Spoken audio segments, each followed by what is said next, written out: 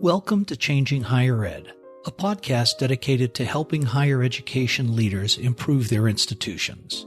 My name is Dr. Drum McNaughton, and I'm the CEO of The Change Leader, a management consultancy that helps university leaders create sustainable higher ed institutions through holistic approaches to strategic management, university academics and operations, change management, leadership, and governance.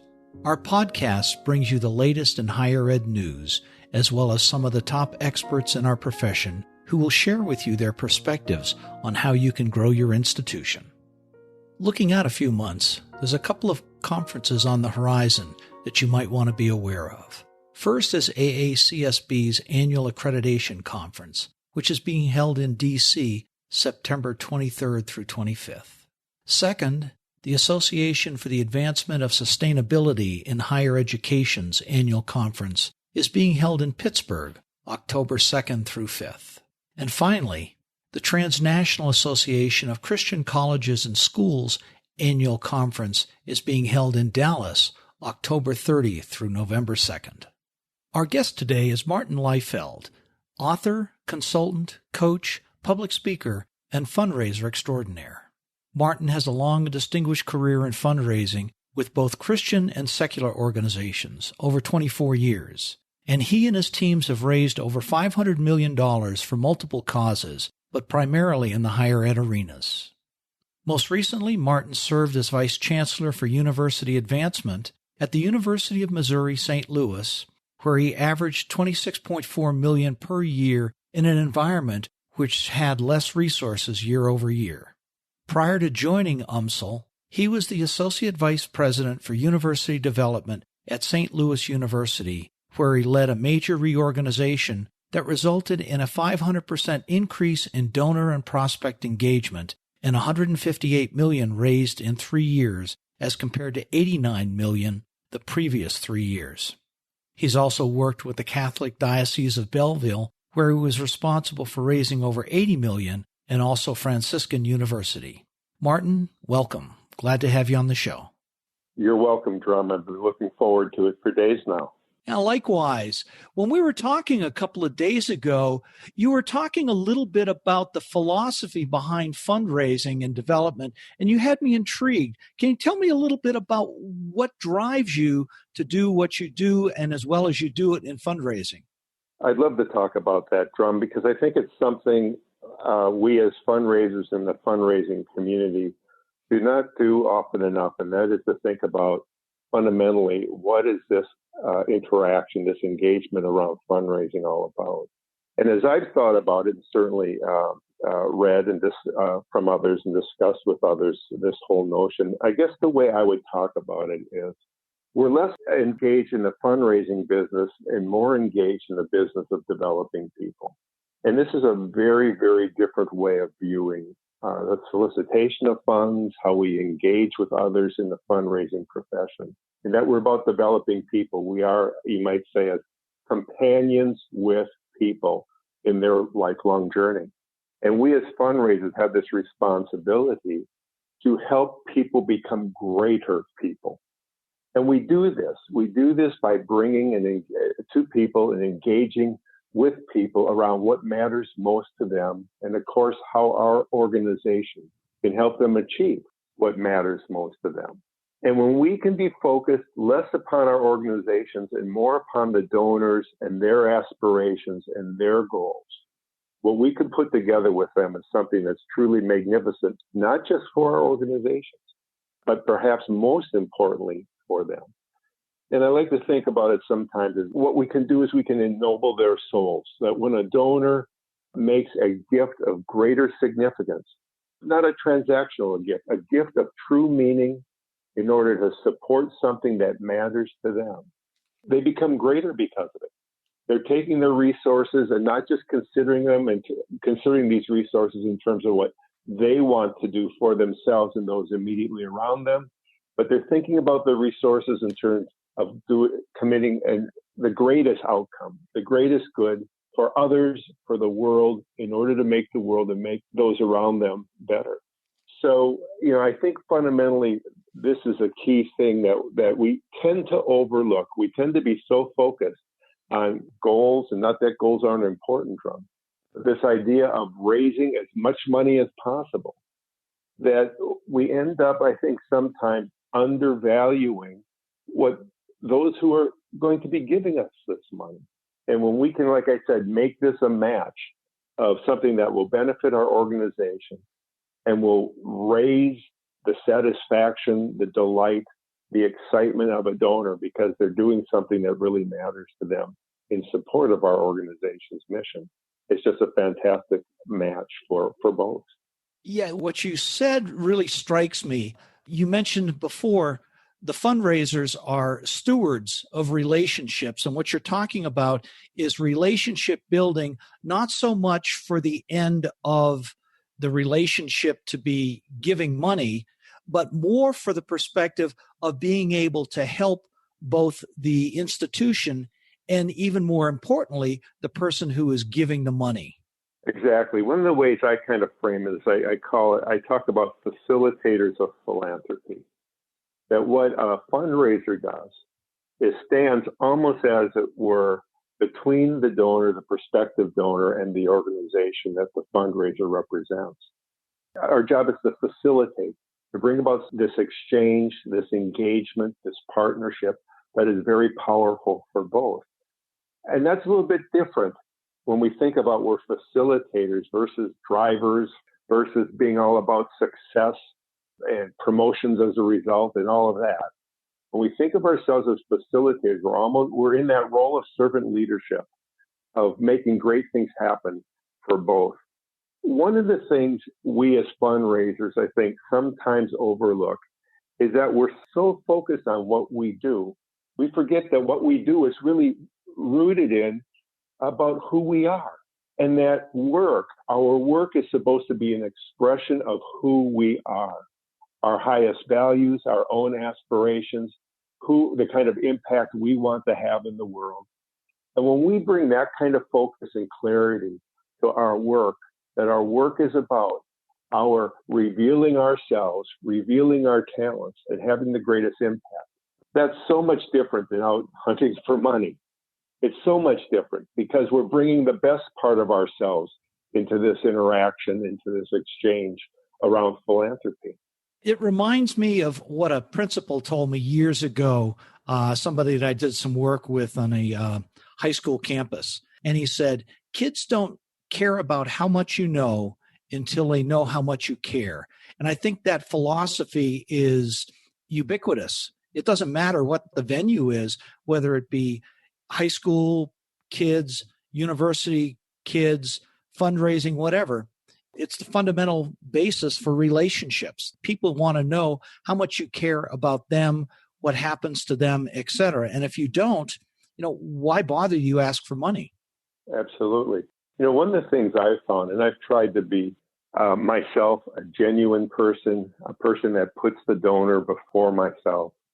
And as I've had my career of engaging with donors over many years, what I found is once I've established a relationship in which they know they're respected, they respect me in turn.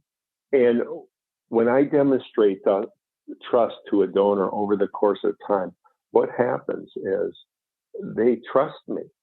And what becomes of that is the goal isn't friendship here. Like I said, the goal is companionship, to be a trusted advisor, to be someone that they'll disclose all kinds of things, not just their financial wherewithal, but oftentimes concerns about their personal lives, their family lives. We become trusted advisors. And that's a fantastic place to be in terms of the work of fundraising. I mean, I can think of some of these fabulous donors I've been honored to work with over my career, and they'll always take a call. They'll always take a visit. Now, they may not be able to take it tomorrow because oftentimes these donors, particularly when we talk about major gift donors, they're people that are extremely busy with their careers, with their professions, with managing complex organizations and so on. But they'll take the call. They want to have it. They look forward to actually engaging with me. Why? Because they trust me, they enjoy who I am, and they know fundamentally, yes, Martin's here because he's got an organization he represents. But more fundamentally, Martin cares about me and what I care about most. how can you be more impactful than to be viewed and experienced in a way like that? Absolutely. And it's one of those things, if you've got a cookbook for fundraising, the first one is to build that kind of trusting relationship where it becomes more of a friendship than it is just asking for money. It sounds like that's the key to the recipe. Well, the only distinction I would make around friendship, and I know there's differing opinions on this, we have to still have a certain professional distance. Because if we become friends, let's say in the ordinary way of the friends we go and play golf with and play cards with and socialize with, we run the risk of creating, I guess you could say, almost put ourselves in a compromising position where we can't sometimes say the more difficult things to a donor or challenge a donor because we've become so close to them, we wouldn't want to make them feel uncomfortable. So I think maintaining in this intimate relationship, a certain professional regard, at least for me, I found that to be really crucial. Sometimes, I'm thinking of one gentleman who, before I got involved in the organization for which I was fundraising, I knew him personally. I love this guy. We love each other. We've enjoyed each other for many years. And I asked somebody else in the organization to have that relationship, though you would think at face value, obviously, it should be Martin who has that relationship because he's known this person for years. But I didn't feel, Drum, like if push came to shove, I would struggle to tell him perhaps challenging and difficult things. You catch the distinction? I do, yes. It's that old saying about familiarity breeds contempt. Yes, in effect. So how has fundraising changed over the last, say, 10 to 15 years? What are some of the myths that used to be in place, and now if you follow those sort of things, you just won't be successful? Well, it's a very good question. I think particularly in colleges and universities, a presumption that we could get what we want from donors, almost an arrogance about it. And, the thing about this is that's not the way it works anymore. Donors don't give blindly. Donors are educated. Donors are thoughtful. Donors want accountability. Donors want to see the fruits of their investments. They're looking for, clearly, accountability. Now, they want partnerships, too. They want this to be a sense of where they're engaged, involved, not necessarily, fulfilling the organization's mission in a hands-on way, but they want to be kept apprised. They want to be able to make ideas, suggestions, and also learn about results. I think about some of the donors that I've worked with in the university setting with scholarships.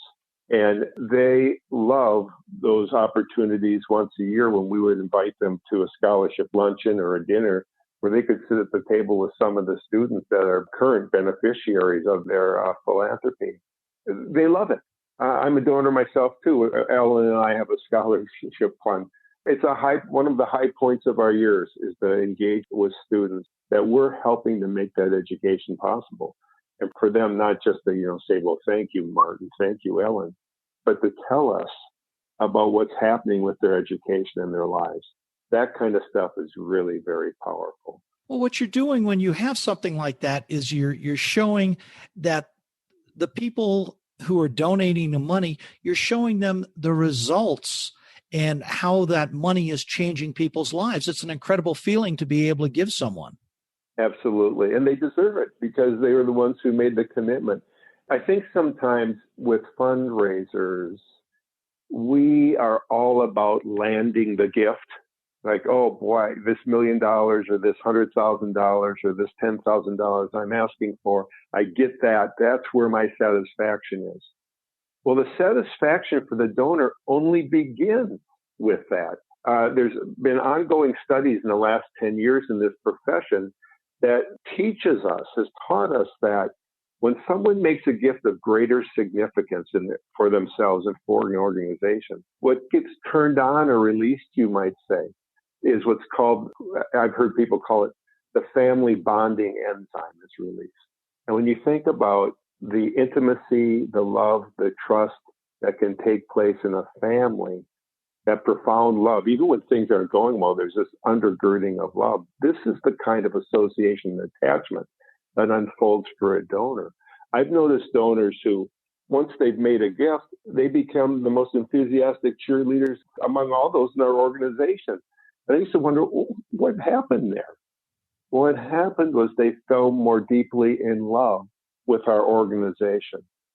Why? Because they made a gift of meaning for them. And it's in that giving of themselves in this powerful way, they receive in return this magnificent gift of attachment, of love, of transcendental meaning. So just to finish this thought, Trump, over my years, I've moved from, I'm so excited about the gift I've just closed to I can't wait to see what this gift that these folks are about to make, what it's going to do for them, what delight it's going to bring for them. I get it 100%. And when you have that mentality that it's not about the gift, it's about the person who is giving the gift, that relationship starts for both of them. That starts a long time. But when that donor finally sees what that gift is doing for the university, they have ownership in what's going on. Absolutely. It's like the saying that we have with our, when we do work with an institution, people support what they help create. Those donors have helped create something for someone else. They're going to support it that much more. They're going to take pride of ownership. And that's a wonderful thing to be able to facilitate on your part. Absolutely. And what it does for us, I think, as fundraisers, is it helps us get to, again, a more profound understanding. What we're about is a vocation, you might say. It's not just a job, it's a vocation. It's a vocation as much as being an educator is, being a therapist, being a chiropractor, a physician. It's just as important as any other, and perhaps as important, more important than some professions, because of this way of awakening people to greatness. I'm also seeing a lot of things out there where donors are starting to put strings on their donations, i.e., it will be purposed for this particular thing, et cetera, et cetera. What are you seeing and how do you deal with that type of thing? Well, there's a couple different thoughts about that. One is I'm all for the idea of donors directing their gifts in a specific way. But in so doing, it's up to the organization to determine whether that's going to work for the organization. So sometimes donors want to do some things they're very excited about, but it's outside of the mission of the organization and what the organization is focusing on, let's say in its current strategic plan. Then we have to go and engage with the donor and talk about the difference between the two and see if we can find some common ground. Again, as we build relationships with donors over time and they perceive us as trusted advisors and that we have their best interest in mind, oftentimes there's more flexibility and they're more agreeable to shape their gift or their original idea in a way that will best suit our organization. But that requires dialogue. And that, of course, it requires from our knowing our donors. And the way we know our donors is through interpersonal engagement. And one of the things that universities have done wisely is they have invested, considerable sums in putting feet on the streets, putting folks trained to go and spend time building relationships. There's no shortcuts to major gifts. I suppose that one will come over the transom every decade or two, but usually it's because there's been years and years of relationship building. As far as the fundraiser goes, from those who preceded the fundraiser, and it will continue with those who succeed the fundraiser once the fundraiser has retired or otherwise gone to another organization. Makes perfect sense. It's a long time relationship building. And in many cases, it starts with when that person was a student at the college or university.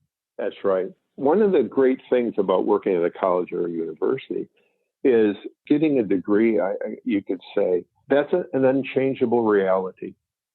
If a graduate of the university becomes disenchanted with the university or angry at the university over the course of time, they can't divorce. They cannot divorce because they're joined at the hip through this degree. And what this gets to is we as fundraisers and as organizational leaders, we have to have a long view about the relationship.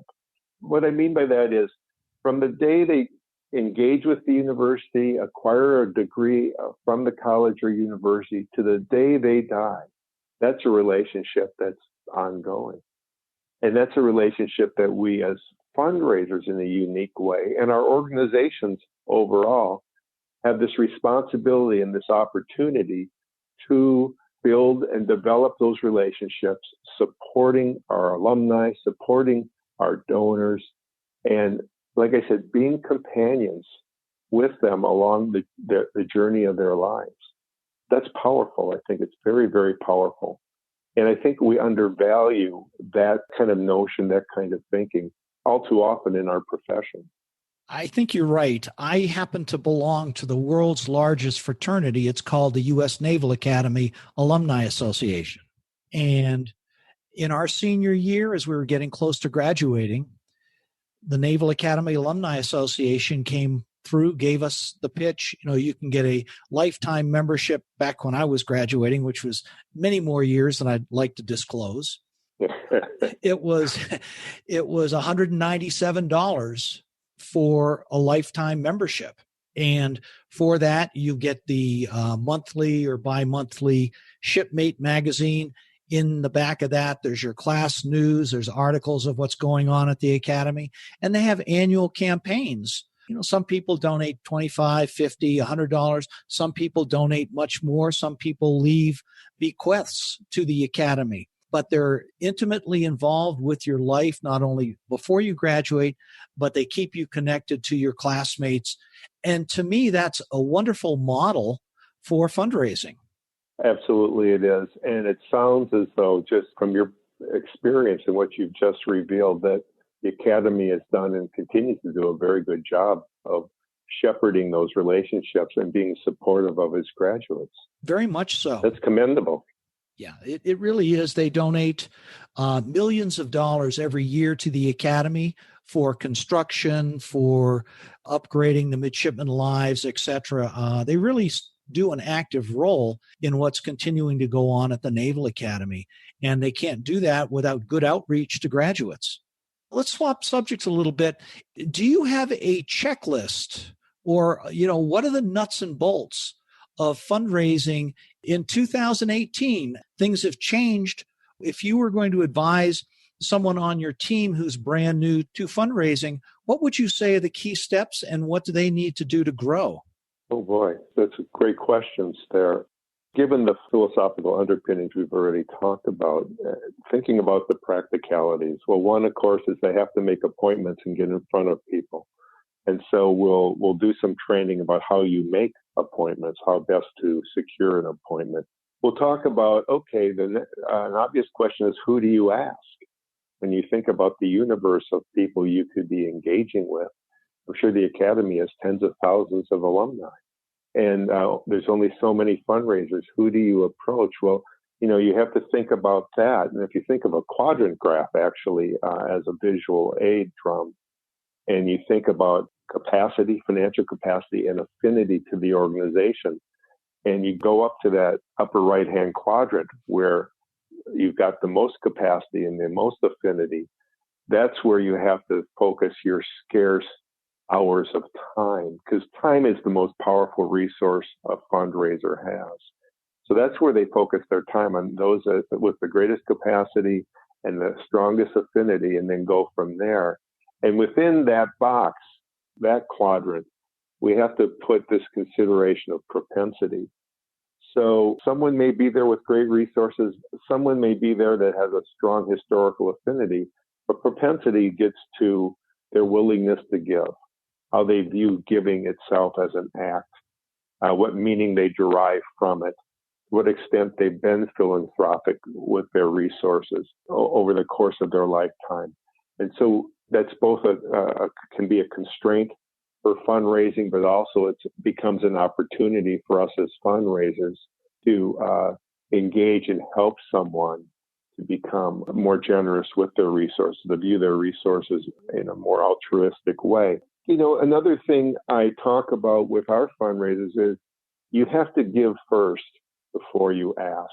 So I've been a strong believer in this in my career and the number of organizations I've worked with is to be as generous as I can be, as my family can be, so that when we go in front of a donor, we've got our integrity. If the donor says, well, what have you done for the university, Martin? I can say proudly and without apology that I'm supporting the university to the best of my ability. Similarly, if I were to bring one of our faculty, a significant volunteer to assist us on a call, I would never bring someone who hasn't supported the area in which we're going to be soliciting. So giving first is really important, I believe. And then you don't just ask for a gift, you ask for a specific amount. I think if you say, could you help us? Somebody will help us, but we're not helping them frame how to support us, what level to support. So we always train our fundraisers, ask for a specific amount. And then just to finish that line of thinking, they have to close the gift. Because I've had the experience most fundraisers have is someone will say to you verbally, oh yeah, I'll do 5. Oh yeah, I'll do 50. Oh yeah, I'll do $500,000. But it never gets accomplished. And if we don't close the gift, the lives of donors change over time. They evolve over time. So we have to have this additional responsibility of not just getting a verbal yet, but to close the gift, to get a check, to get cash, to get stock, to get a document that's a signed document that represents a future gift. So that's really important. And I think perhaps that can be the most laborious part of the process we engage with donors is closing the gift. Another thing, I think a lot of times what happens with fundraisers, and of course it thins out the number of fundraisers, is once they get in the business of asking for money, if they're afraid of no's, someone saying no, they're going to have hesitation to ask for another gift. And certainly with volunteers, oftentimes volunteers, they'll come and say the university is wonderful, but don't ask me to ask someone to support the college. And nor should they have to do that. But the way I think about no's and talk to my people about no's is no's are nothing to worry about. If someone says no, that no becomes an opportunity for us to build a relationship, just as if someone says yes. And we have to view that no as a part of that long view, as a part of the relationship. And there's a 3-letter word we should always, in effect, ask when someone says no. And the 3-letter word is why. If we ask that, again, you ask it in different ways, but if you ask why and then listen, oftentimes fantastic insight will be shared. Most donors don't like saying no. Most donors want to say yes. But if they say no, there's usually a reason or many reasons that are involved. And if we listen, they'll reveal some information to us. That's an entrusting of information. And with our handling that as sacred information, what that really does is it creates a kind of relationship that in the future, they're going to be in a position and they'll willingly say yes to a request for support. So these are some of the things I found to be very, very helpful in getting folks started and moving forward in the work of philanthropy. Those are a great cookbook. Thank you. What I heard from that was attitude and perseverance are critical things. You've got to go in with an attitude of this donor wants to donate even before they know. And it's part of the relationship building is understanding where their priorities are. It could be that this donor isn't really a good fit for what you're trying to do, or their attitudes are a little bit different. Their priorities are different, I should say. And so once you understand those, you'll either get a yes, and obviously donors want to know how their money is going to be used and what are some of the results that they expect to get with that. But also, too, if there's a no, it's like, okay, why? Why was it that the donor didn't want to donate? Was it something that I did as the, quote, salesperson, as the development person? And that's where a solid process having a solid process that you can go right down and say, I did this. Oops, I didn't do as good a job on this. So maybe that's where the issue was. Does that make sense? It makes perfect sense. One of the things I do as far as training goes, if I might give you another example, is if I'm going to go on a call, I'll call one or two of my fundraisers in, and I'll review the call with them. Sometimes it's to educate them. Sometimes it's I want their input because they may have a relationship with this person. They may have some perspective. Sometimes it's because I'm stuck. It's like, what am I going to do? I'm frustrated with this engagement right now with the donor this moment in time. I'm not sure, and I get their advice.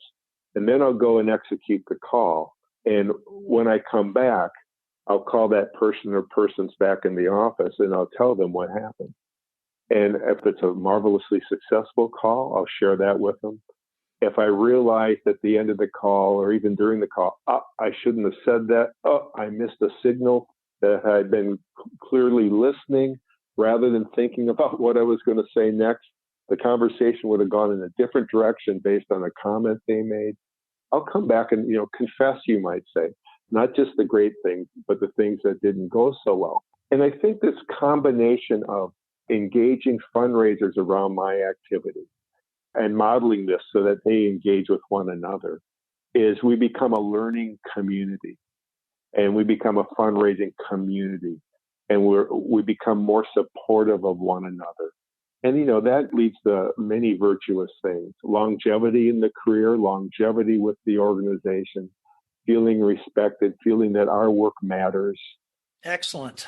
Two last questions, because we're running out of time here as much as I'd like to continue. If you had one tip that you were going to give a university president on how to do a better job in fundraising, what would that be? Let your vice president or vice chancellor of advancement guide you. I think sometimes presidents are so talented, they're so versatile, they're so bright, they're so enthusiastic. Sometimes they'll also make a presumption that they're great fundraisers. And the reason they have leaders alongside them is to guide them too, to be as powerful and as effective as possible. One of the things with Chancellor George, who I was with 10 years up until recently when I retired, a marvelous, phenomenal leader and executive, 22 years at two different organizations as a chancellor, is he let me do 99.9% of the solicitations. And what he did is he could set the stage unlike anyone else. And he certainly could have asked for the gifts as well. But what he recognized was I did that very well. And he also recognized that he did other things even better than ask for money. So anyway, my thought for the presidents are work with your fundraisers, listen to your fundraisers, trust your fundraisers, and they're going to make you a better president. Great.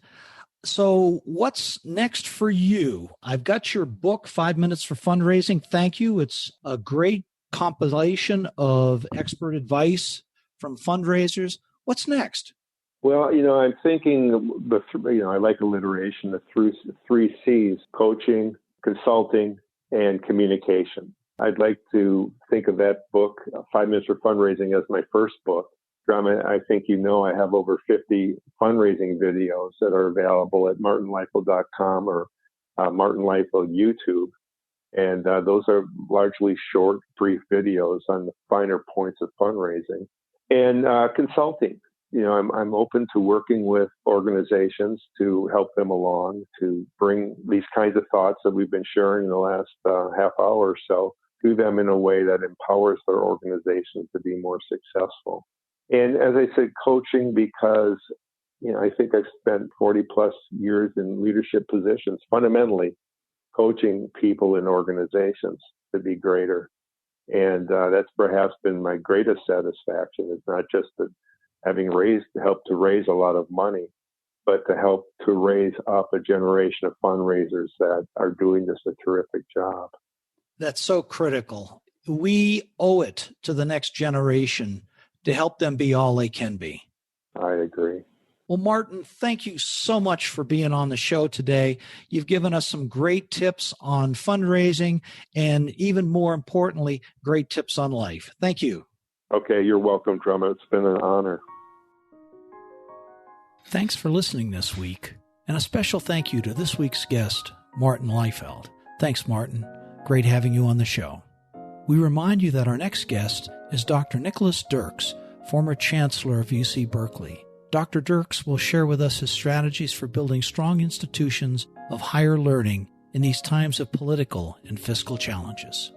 If you like this podcast, please take a minute to subscribe to the show. And if you're listening on the Apple Podcast app, would you please take a moment to give us a rating and review? You can find out more information and show notes at changinghighered.com. And if you have guests and/or other topics you'd like to hear about, please email us at podcast@changinghighered.com to let us know. Remember, creating sustainable higher ed institutions requires three things: taking a holistic view of your institution, aligning strategies, structures, and processes, and ensuring stakeholders are attuned to where you're going. Without any of those three things, you won't get your institution where you want it to go. Until next time.